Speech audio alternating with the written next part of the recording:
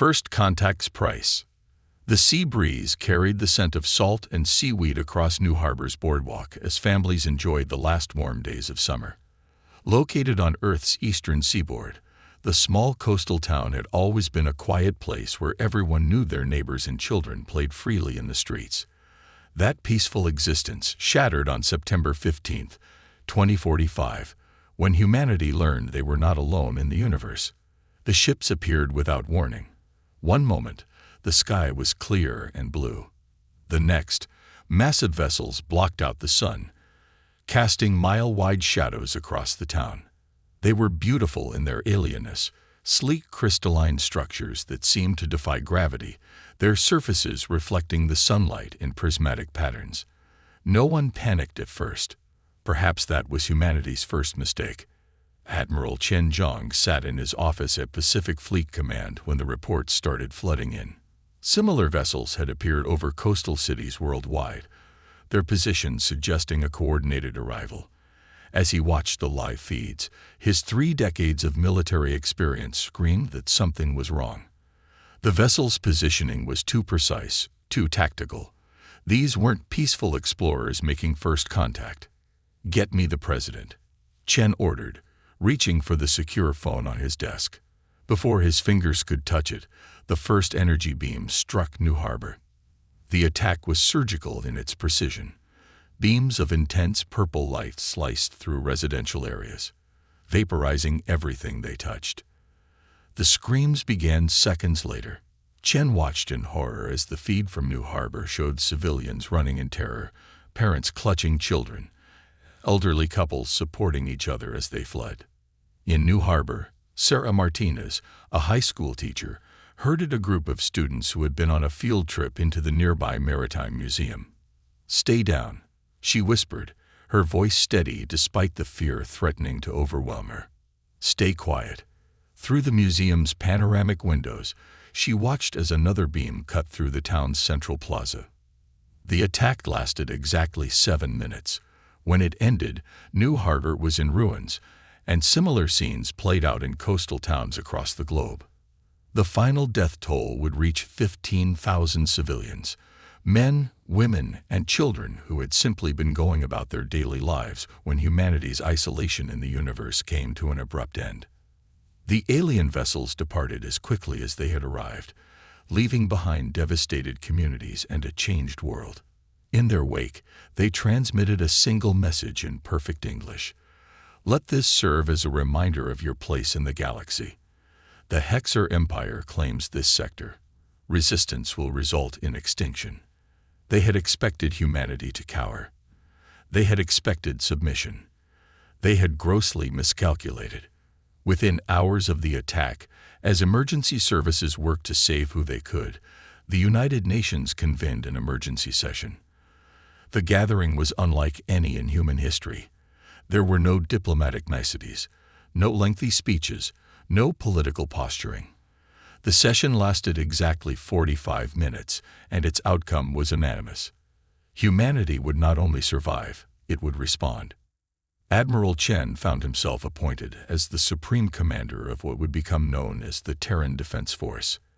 As he stood before the hastily assembled military leadership of Earth's nations, he delivered a speech that would be remembered for generations. "They came to our homes. They murdered our children. They expected us to kneel. Instead, we will show them something they clearly don't understand: the terrible resolve of a united human race. We have always been divided, fighting amongst ourselves over borders, resources, and ideologies. That ends today. Today, we are one people, one planet, with one purpose. We will build a fleet unlike anything this galaxy has seen. We will find them, and we will teach them the cost of underestimating humanity." The response began immediately. Every major manufacturing facility on Earth was converted for military production.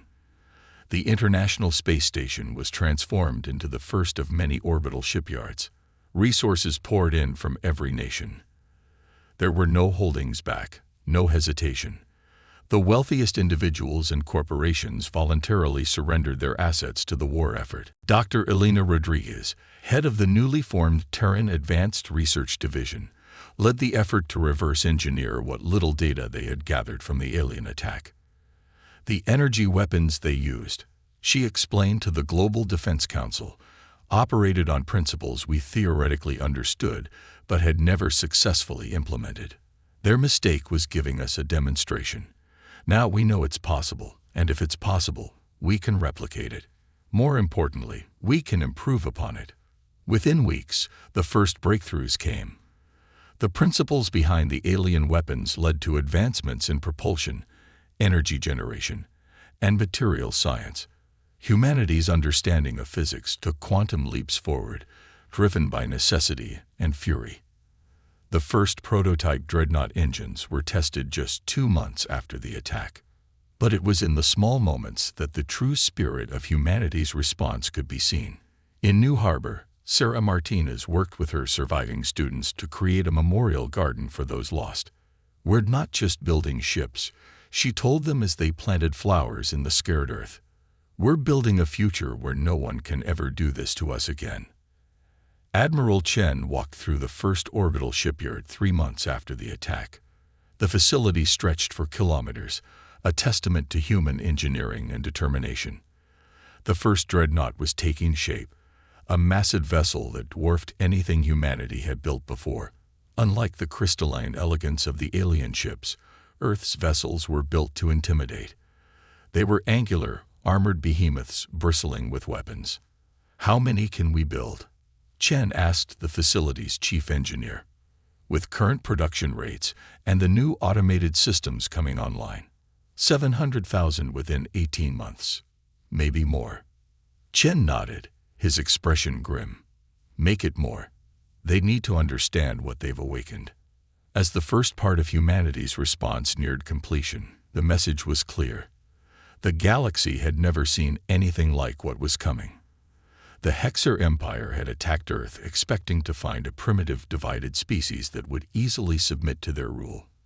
Instead, they had united humanity in a way nothing else could have, creating not just an army, but an arsenal of vengeance powered by the combined industrial, technological, and intellectual might of an entire planet.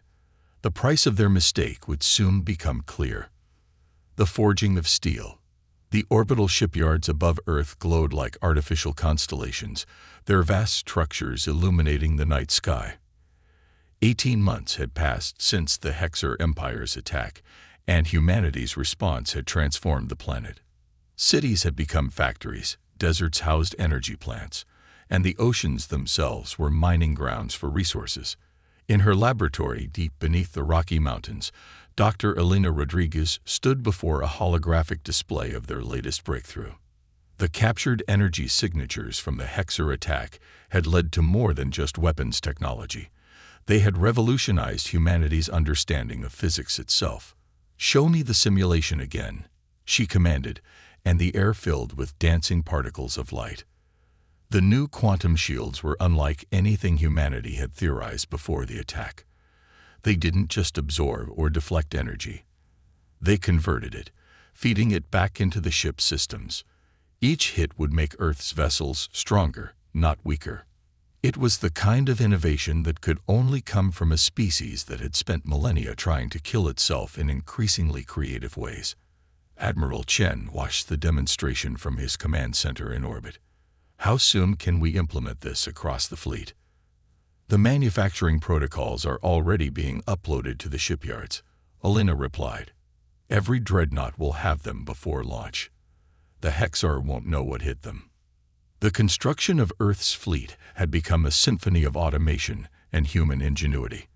Massive 3D printing arrays worked tirelessly, laying down layer after layer of advanced composites. Each dreadnought was 2 kilometers long, with armor thick enough to withstand the impact of small asteroids. Their main guns could punch holes through moons. But it wasn't just the ships themselves that showcased humanity's advancement. The neural interface systems developed for the crew would allow them to react at speeds previously thought impossible. Humans and machines would work in perfect synchronization, their response times measured in microseconds. In the ruins of New Harbor, now rebuilt as a command and training center, Sarah Martinez had taken on a new role. The former teacher worked with the Psychological Warfare Division, studying everything they could learn about the Hexer from their brief encounter. "They're arrogant," she explained to a room full of officers. "Their message, their tactics, everything suggests a species that's grown too accustomed to easy victories. They see themselves as gods among lesser beings. We'll show them what happens when gods bleed." The fleet's construction had become a global obsession. Every child knew the numbers. Each dreadnought required enough steel to build a small city, enough computing power to run a nation, and enough energy to power a continent. But humanity built them. Day after day, week after week, the number grew. 100,000, 300,000, 500,000. Training simulators ran constantly, preparing crews for combat scenarios that pushed the boundaries of human capability. The neural interfaces allowed them to feel their ships as extensions of their own bodies. Pilots could dance through asteroid fields, gunners could thread shots through the smallest weakness in enemy defenses, and engineers could reroute power and repair damage with thought alone. In orbit above Mars, the first combat trials began. The dreadnought Remembrance faced off against automated drones programmed with everything they knew about Hexer tactics.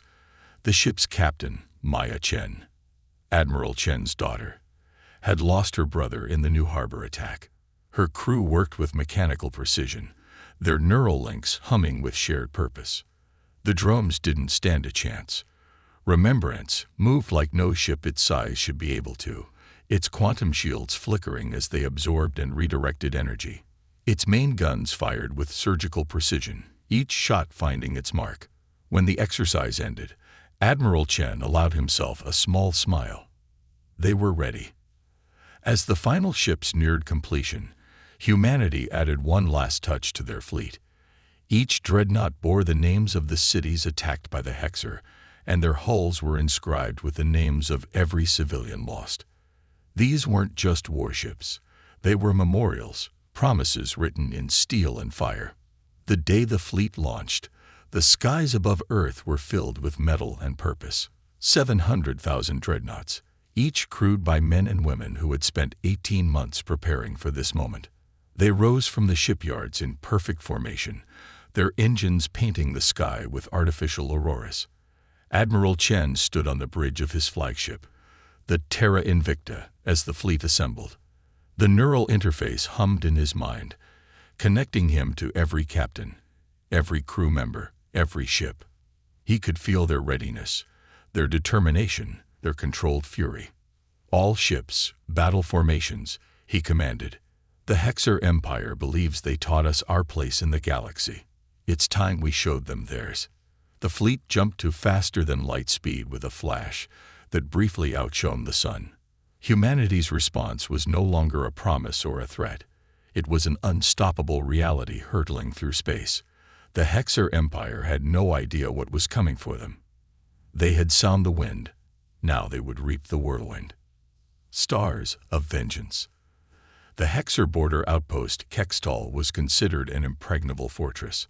3 massive orbital rings bristled with defense platforms, while a fleet of 5,000 warships maintained constant patrol. For 3 centuries, it had stood as a symbol of imperial might, its mere presence enough to keep neighboring systems in line.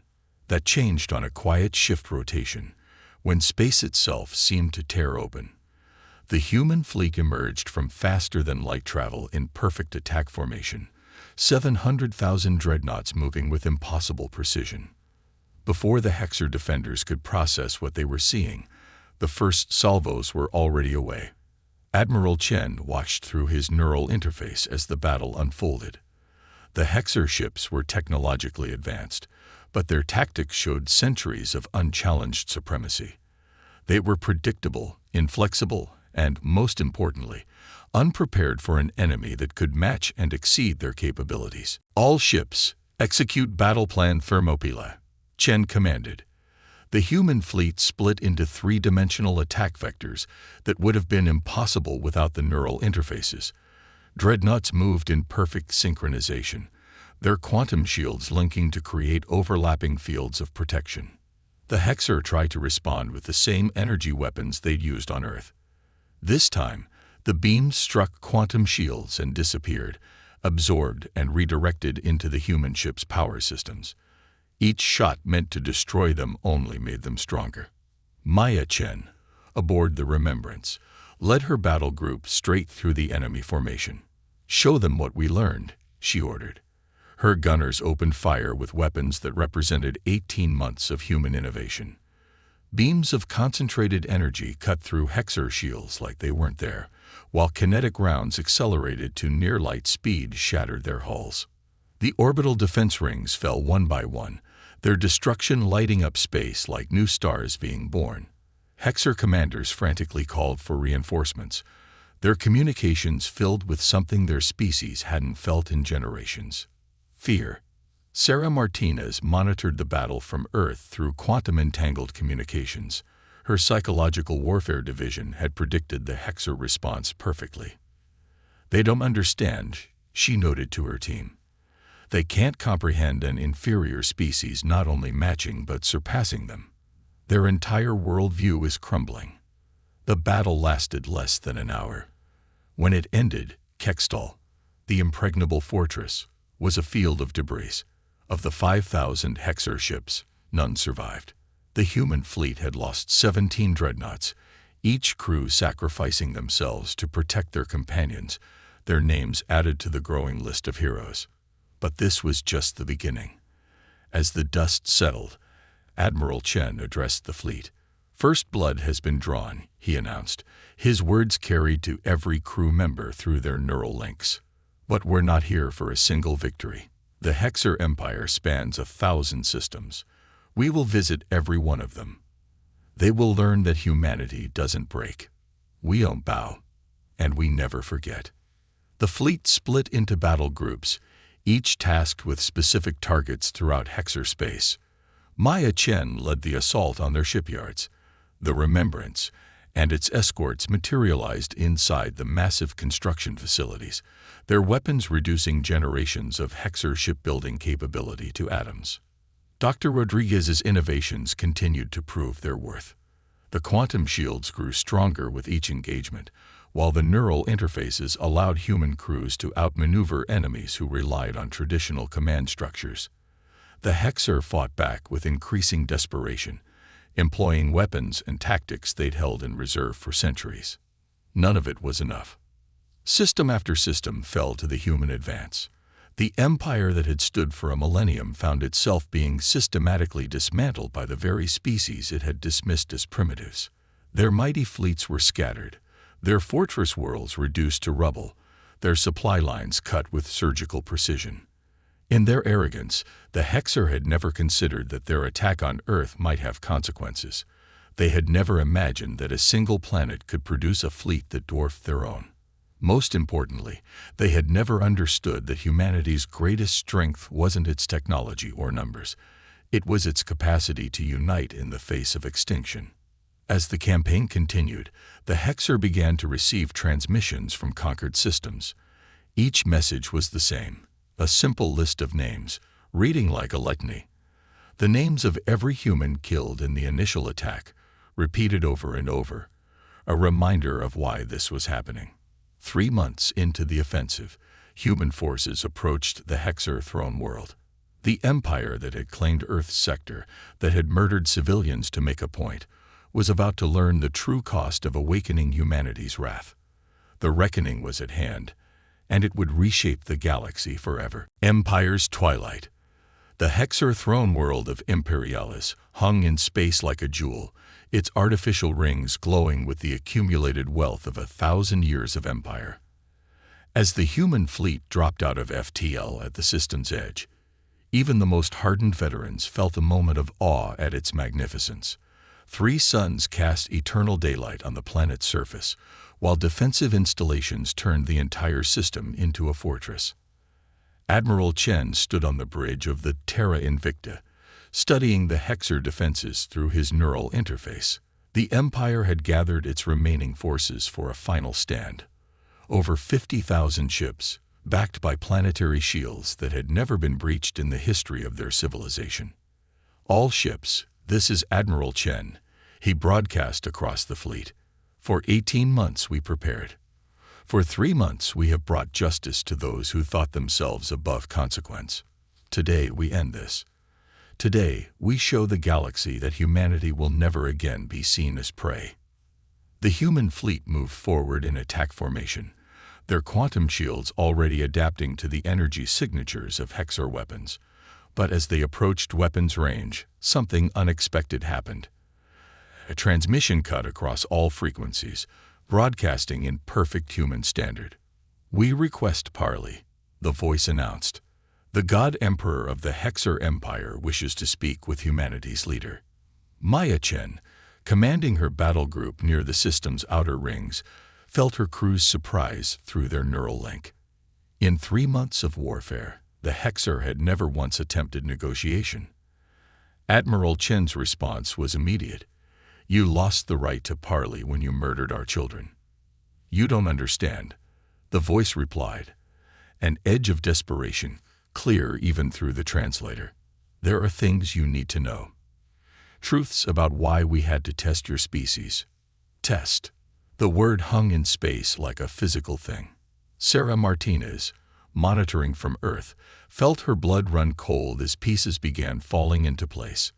"Admiral," she transmitted on a secure channel, "we need to hear this." After a moment's consideration, Chen agreed to a meeting aboard a neutral station in the system's outer reaches. He would represent humanity. The God Emperor himself would speak for the Hexar. As Chen's shuttle approached the station, Dr. Rodriguez's voice came through his neural link. "The quantum shield modifications are ready. If this is a trap, they won't know what hit them." The God Emperor of the Hexar Empire was not what Chen had expected. The being that waited in the station's meeting chamber was old, its crystalline form showing signs of age that Chen's briefing said should have been impossible for their species. It spoke without preamble. "You believe we attack your world out of arrogance or cruelty. The truth is far worse. We attacked because we had to know if you could stop us." The Emperor's next words changed everything. The Hexar Empire, in all its magnificent cruelty, was not an empire of conquest. It was a shield, holding back something far worse than their own tyranny. Beyond the galaxy's outer rim, an ancient enemy was stirring, one that had nearly wiped out all life in the galaxy eons ago. "We have held them back for millennia," the Emperor continued, "but our civilization has grown stagnant. When we discovered Earth, when we saw humanity's potential, we knew we had to test you.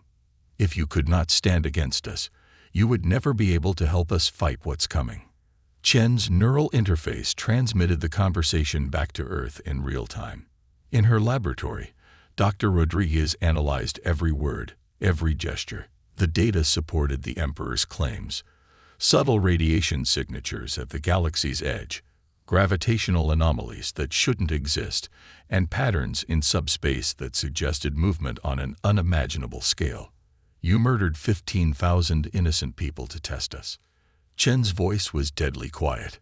"We sacrificed a few to potentially save trillions," the Emperor replied. "The enemy we face does not negotiate. They do not show mercy. They consume entire species, entire galaxies. We needed to know if humanity could evolve quickly enough to help us fight them." The silence that followed was deafening. Through his neural interface, Chen could feel the reactions of every ship captain, every crew member. The anger was still there, but now tempered with understanding. Humanity had just been thrust onto a much larger stage than anyone had imagined. "Show me everything," Chen finally said. "Every piece of data you have on this enemy. Then maybe, just maybe, we can discuss the future." The information that followed painted a picture more terrifying than anything humanity had prepared for. The enemy the Hexar feared was ancient, patient, and utterly alien. They didn't conquer or subjugate. They consumed, breaking down entire civilizations into their constituent atoms to fuel their endless expansion. As the data streamed back to Earth, Sarah Martinez's Psychological Warfare Division began analyzing what this meant for humanity's future. They had built their fleet for vengeance. Now they might need it for survival. Dr. Rodriguez's team immediately began identifying ways to adapt their quantum shields and weapons technology to face this new threat. The day ended with neither peace nor continued war, but something far more complex. The Hexer Empire had gambled everything on humanity's response to their attack.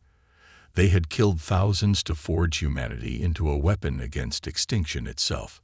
As Chen returned to his flagship, the weight of this new reality settled over the fleet. They had come seeking justice for the dead of Earth. Instead, they had found a galaxy on the brink of apocalypse, with humanity potentially holding the key to survival.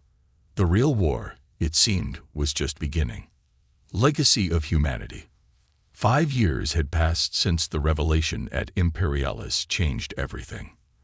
The memorial at New Harbor had been expanded, not just to remember those lost in the Hexer attack, but to commemorate what that sacrifice had ultimately meant for the galaxy. Sarah Martinez stood before the central monument, now a towering spire of black marble and light, watching as visitors from a dozen alien species paid their respects. The alliance that emerged from that day above the Hexer throne world was unlike anything either civilization had imagined. Humanity's rage had been tempered by understanding, though not extinguished. The Hexers' arrogance had been broken by defeat, replaced by a newfound respect for the species they had once dismissed as primitives. Dr. Rodriguez's laboratory had become the heart of a massive joint research initiative. The quantum shields that had protected humanity's dreadnoughts were now being integrated with Hexer technology, creating defensive systems far more powerful than either species could have developed alone. But her greatest breakthrough came from studying the enemy they now faced together. The Devourers, as the Hexer call them, aren't invincible, she explained to a combined human-Hexer council. Their ability to break down matter is based on principles we can understand and counter. More importantly, we've found their weakness. They've never encountered a species that could adapt as quickly as humanity, or one with our capacity for unconventional thinking. Admiral Chen, his neural interface now upgraded with Hexer crystalline technology, commanded a combined fleet that dwarfed even humanity's original armada. The 700,000 human dreadnoughts had been joined by the remaining Hexer ships, all upgraded with human innovations. Together, they established a defensive line at the galaxy's edge, preparing for the conflict they knew was coming. Maya Chen, now an admiral herself, led the first contact missions to other civilizations within the galaxy. The story of humanity's rise, from the tragedy of the initial attack to their response and the ultimate revelation, served as both warning and inspiration. Species that had lived under Hexer dominion for centuries now saw a different path forward. "We're not here to replace one empire with another," she told the assembled representatives of 100 worlds. "We're here because survival depends on unity, and unity can only come from understanding and respect." The Hexer Empire underwent its own transformation. The God Emperor, in his final act before stepping down, formally apologized to Earth for the attack. The Empire reformed into a confederation, with humanity playing a key role in its new structure. The names of those lost in the initial attack were enshrined in the halls of Imperialis itself, a permanent reminder of the price of arrogance. Sarah Martinez's psychological warfare division evolved into something far more important, a center for understanding and communication between species. Her experience helping humanity process its grief and rage now helped bridge gaps between civilizations that had been enemies for millennia. The Hexer's mistake, she wrote in her widely distributed analysis, wasn't just underestimating humanity's military potential. They underestimated our capacity for both vengeance and forgiveness, our ability to channel rage into purpose, and our drive to build something better from the ashes of tragedy. In orbit above Earth, the shipyards that had built humanity's fleet of vengeance now produced vessels of exploration and defense. The quantum shields developed for war-protected ships pushing deeper into uncharted space, seeking knowledge and understanding. The neural interfaces that had coordinated fleet actions now facilitated communication and learning between species. Admiral Chen stood on the observation deck of the Terra Invicta, watching as the combined fleet conducted exercises near the galaxy's edge. Through his enhanced neural interface, he could feel the coordination between human and Hexer crews, the seamless integration of different technologies and tactical doctrines. A sensor alert drew his attention. Unusual readings from beyond the galactic rim. The Devourers were coming, just as the Hexer had warned. But this time, they would not find a galaxy divided and weak. They would face humanity at its best, not just the fury that had built 700,000 dreadnoughts, but the wisdom that had turned ancient enemies into allies, and the determination that had transformed a quest for vengeance into a mission to protect all life. In New Harbor, the memorial's eternal flame burned bright against the darkening sky. The names of the 15,000 lost in the initial attack were now joined by a simple inscription in every known language of the galaxy. From tragedy, unity. From unity, strength. From strength, hope. The galaxy's greatest crisis loomed, but humanity had learned its greatest lesson. The future belonged not to those who could destroy, but to those who could unite, adapt, and build something new from the wreckage of the old. The children of Earth, tempered by fire and guided by wisdom, stood ready to fulfill their destiny among the stars. The real legacy of humanity's response to that terrible day wasn't the fleet they built or the empire they humbled.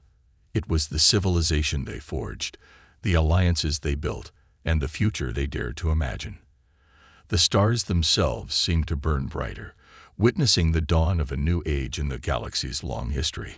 And somewhere in the vast darkness between galaxies, ancient and hungry eyes turned toward the light of civilization, unaware that what they had always considered prey had become something else entirely, a force that would fight not just for survival, but for the right of all species to choose their own destiny among the stars.